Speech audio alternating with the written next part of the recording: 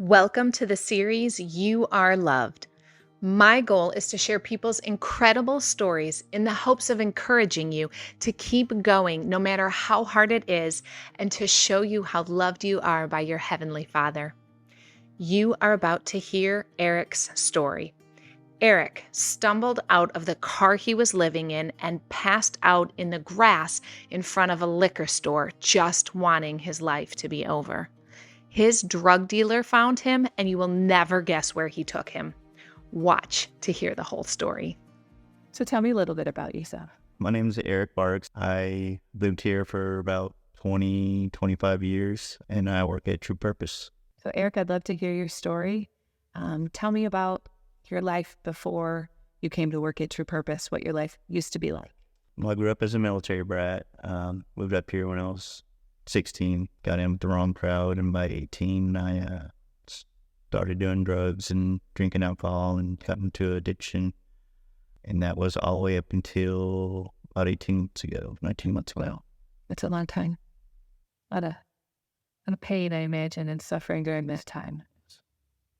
So you after that many years quit, right? Came out of it. How did that happen? Like, what was that encounter? Like, what happened that made you say, I don't want to live in addiction anymore? I always knew I didn't want to stay in addiction, but it just kept reoccurring. Then finally one night, I was laying in the grass of a liquor store in the middle of the night, trying to figure out how to just end it all. And a person came and picked me up, took me to the hospital, introduced me to True Purpose, and got into there. Wow. That's amazing. I think it's interesting you said you always wanted to come out of addiction. So do you think that most people who are in addiction want to come out of addiction and just don't know how or don't have the resources or the strength? Like with me, I knew I wanted to, and I knew I was self-destructing myself. I didn't know how, where, or what to grab onto to try to get out of it. And I even tried a secular 30-day program a few years ago, and I used the moment I got out. I think it didn't help me at all. Wow. And so someone picked you up. Did they find you in the grass at the liquor store? Yes, he was actually my dealer, and we had a mutual friend that was in the program at the time. He came out in the middle of the night looking for me. I was living out of my car at the time, and I was just passed out in the yard at that time. And he came and found me and picked me up, took me to the hospital. Wow. So from the hospital, then, did you go straight into the program? About a day later, I went to CR that next morning or next evening. And then I spent one more night out, and then the next day I was brought into True Purpose. Wow. So you've been 18 months, you said? I'm in 19, a little over 19 months clean now. Wow. That's awesome. You said you wanted to be clean. So was it just the fact that you had the resources, or did something change in you when you went into the program that allowed you to stay clean? Well, that night in the yard, cleaning the grass, I told God that, I'm done. Like, either something has to change right now, or I'm done with everything.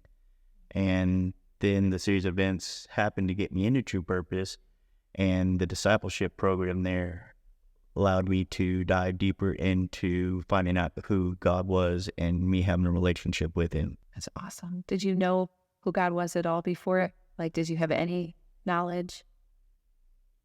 I did. Growing up as a Southern Baptist, though, it was always a vengeful God. It wasn't a loving God. So I was more scared to not go to hell than to know and love God and have that relationship. Yeah.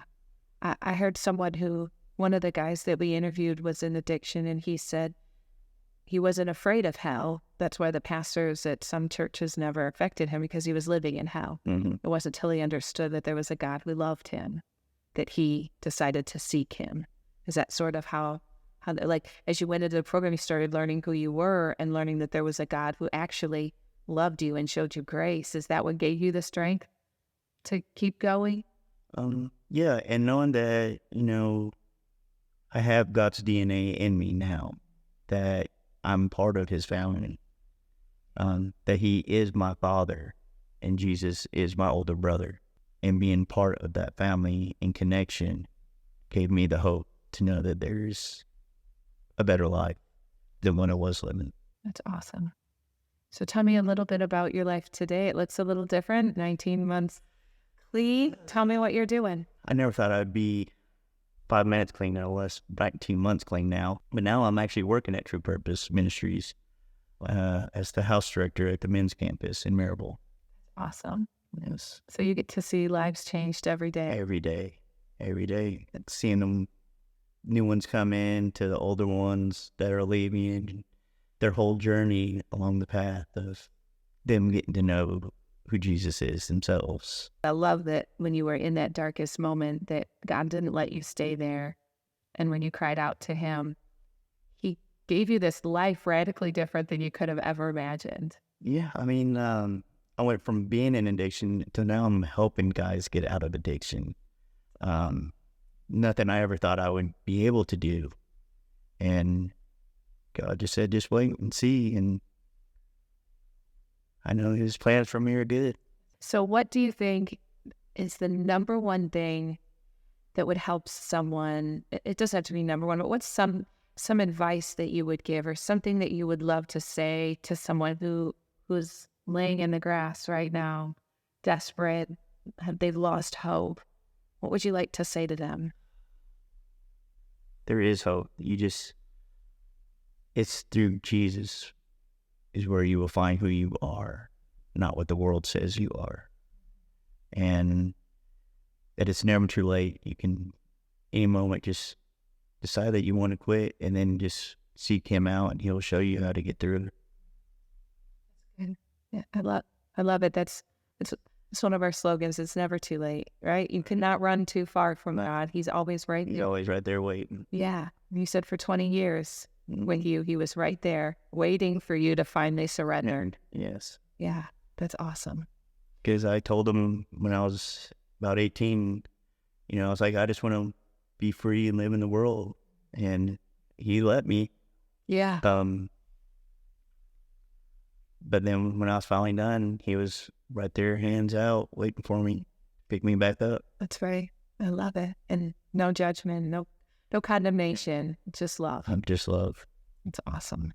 That's awesome.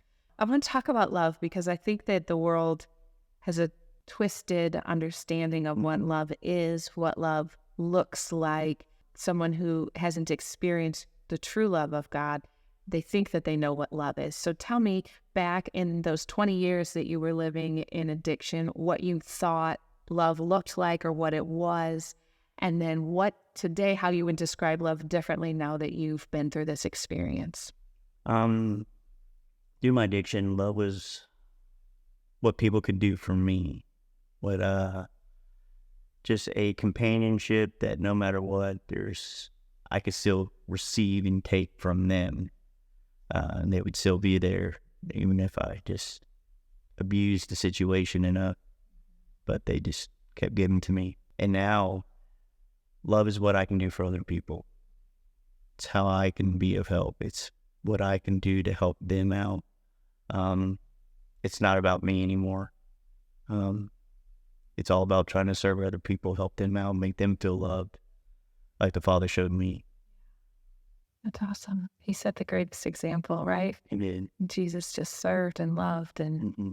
cared. And that's exactly what you're doing here in the program. Like, you turned everything around and you're serving men who were in a place like you were, and you're able to not condemn them and encourage them. And that's just awesome. It's amazing. Like I said, I never thought I would be doing something like this, but I can't dream of doing anything else right now either. Yeah, I love it.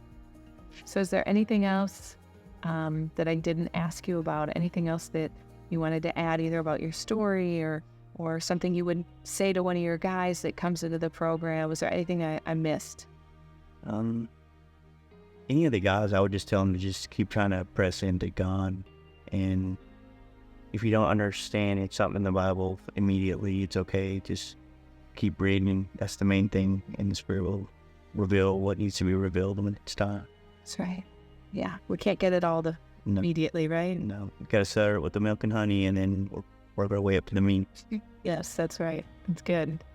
Awesome. Well, I'm grateful that you came today, shared that story. I believe that there's people who are in that moment that you were in 19 months ago that are seeking for something to grab onto. And I believe that just hearing your story and seeing how you found that and the dramatic change in your life, I think that's really going to encourage people and bring them hope. Thank you. I hope so too. So thanks for sharing.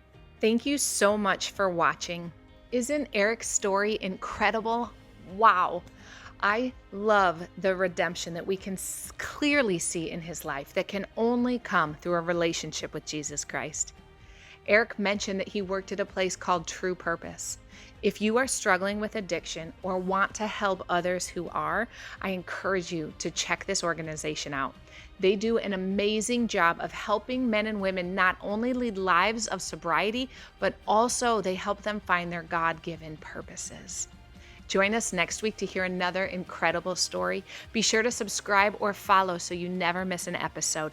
But most importantly, I pray that you know, no matter how far you have run from God, it is never too late. There is always hope because you are loved.